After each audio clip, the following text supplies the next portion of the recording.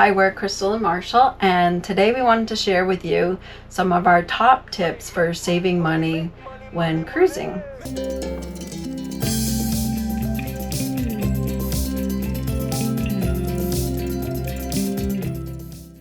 You notice our background is a little different today. We are in our camper.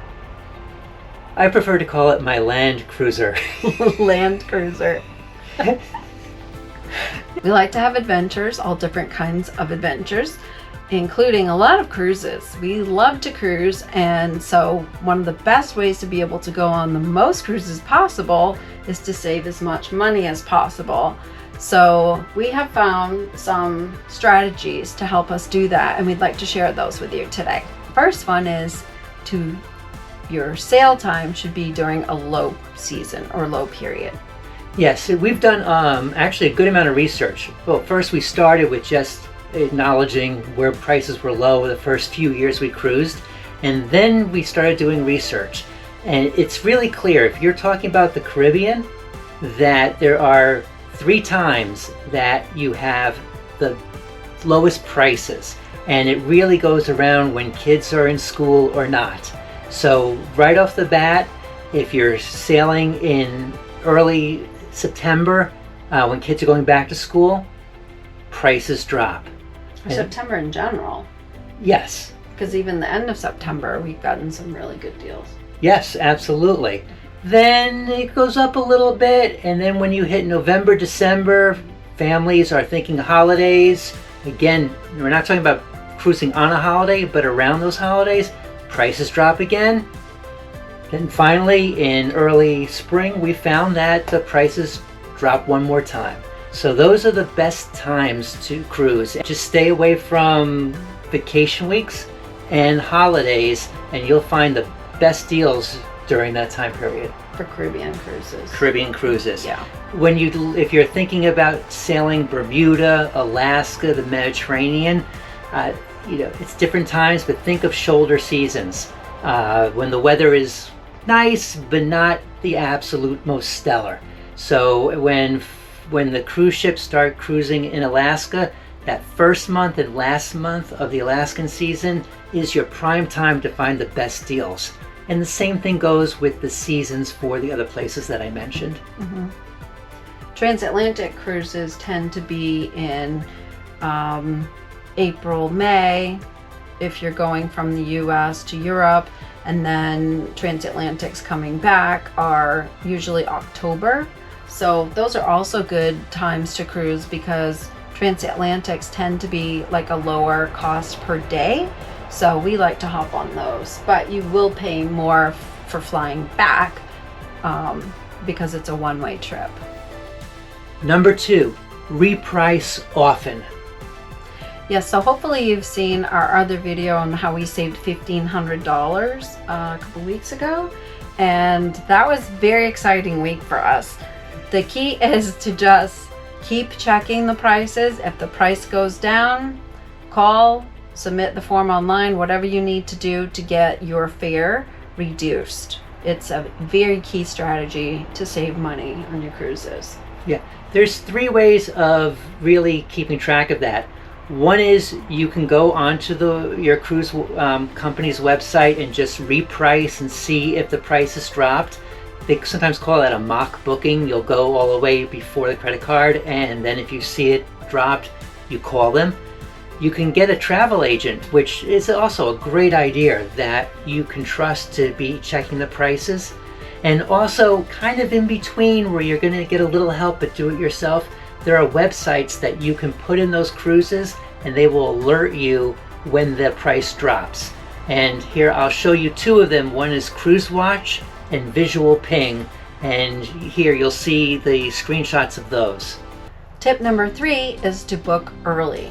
So by this we mean when the itinerary is released. If it's a cruise you want to go on, book it early, the closer to the time that the itinerary is posted, go ahead and book it if that's the one you want.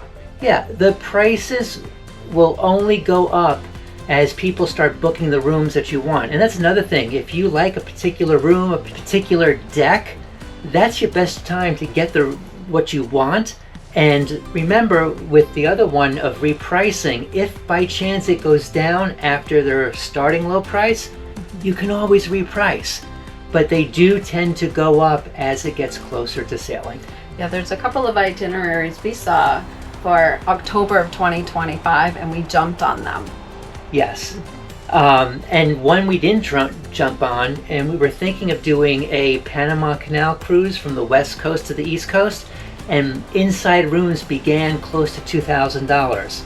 Now, we looked at one that was released a year later, and they were all 50% lower across the board, from suites down to the inside rooms.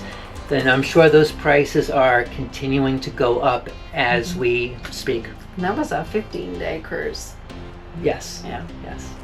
Number 4, look for special discounts. That's a pretty straightforward one. Most every cruise site we've been on allows you to choose items such as your state of residency, over 55 senior citizen discount, active military, and maybe some other ones depending on the cruise line. Mm-hmm. It doesn't hurt to check them off, and sometimes the price does drop. Mm-hmm. Okay, tip number 5, sales, my favorite. I love a good sale. So Black Friday is always a really good day to book a cruise or book shore excursions. You get the best discounts. A lot of holidays, they have big sales. Also, they have sales where kids sail free, or $600 off your second person in your party. So whatever the sale, I just keep an eye on things, and when I see a sale, sometimes they're very drastic sales. Yes. If you've cruised a long time, you probably know a lot of these savings tips. But one thing that has been around for a long time is what they call wave season. It's that first 2 or 3 months of the year when cruise lines just want to sell as many tickets as possible to get the money up front in the beginning of the year. It's not like it was years ago, but it's still good to check out those January and February sales, because it may take a super special sale during the rest of the year to hit those targets. It's called wave season? Wave season. Okay. Wave. Or wave. Okay. I don't think that'll make it, but number 6, cruise line loyalty programs. There are additional discounts, and more you're able to stack these on top of some of the other sales, which is fairly new. So I would sign up and keep tabs of making sure that you enter your number when you're doing your booking or giving it to your travel agent, because on some of the cruise lines you'll get 10 or 15% off of certain room types, cabin types, if you're a certain level, and if you book 6 months out. So straightforward, just don't forget to do it. Number 7 is about cabin choice and location. So there's varying cost across different kinds of cabins. So you have your inside rooms, you have your outside view rooms, and then you have your balconies, you have your suites of all different levels. So all of those choices really do impact price significantly. And you know, we haven't done a big huge suite yet, but we have done inside rooms, we've done everything. Definitely balance the cost of each of those cabin types on your budget, and don't just say, oh, I can't go on a cruise because it's too expensive, and yet there's an ocean view versus a balcony that is 30% cheaper. Mm-hmm. Also keep in mind that look to see about where that cabin is located, both in the forward and aft sections. The middle is usually more expensive, if you can believe it, and also in the middle floors to the upper floors tend to be more expensive. So shop around the location of the cabin and you may find a better deal. Tip number 8 is to book a cruise while you're on a cruise.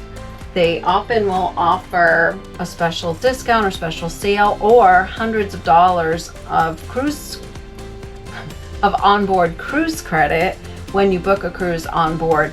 We have done this several times, and we ended up getting, first of all, a pretty good discount, and we do end up getting, $100 or $200 in onboard credit when you book on Next Cruise. Well, on Royal Caribbean, their office is called Next Cruise, and it's fun to book while you're on another cruise. Yeah, that's an intangible. You do get a good deal, but booking a cruise, always having a cruise on the books to look forward to, is kind of priceless in a non-monetary way. Tip number 9, travel agent benefits. So typically, if you're just using a travel agent, the best thing is that it's someone that you can call a personal connection, the same person, and then they can call the cruise lines and they've got a relationship with the cruise lines. But you can look for good bargains, and there's 2 categories. One are larger travel agents may book out a group of rooms for different cruises, and then they're going to get a better price than the single rooms. So they may be able to offer you a discount because it's a group discount. The other thing is there is a small amount of, they make money on booking cruises that the cruise line gives them. And some of the more corporate travel agencies will give you a small amount back, like $25 or $50 in onboard credit by using them. So it's something to think about, and it is a benefit from using a travel agency or travel agent. Tip number 10 is one we do fairly often, which is to sail on older ships. It's nice to be on the latest and greatest and see all the razzle dazzle on board, but you pay a little bit more for that depending on the itinerary and the date that it is. So a lot of times we will book on an older ship and enjoy the price cut for that. Yeah, you're always going to save a little bit. Compared to the new larger ships actually across the major cruise lines, you're going to find sometimes a 50% surcharge for sailing their latest and greatest. And they do have wonderful features, terrific features, but if you're looking to just cruise and cruise at a certain budget level, you've got to look at those smaller ships. And they're the best bang for the buck. Mm-hmm. So it really helps our channel if you like, subscribe, comment, if you know of any additional tips, because we love to save money, the community loves to save money. Let us know in the comments below. Yes, so far the support from you has been really amazing, and it really makes us want to do more videos. So we appreciate it and look forward to seeing you soon.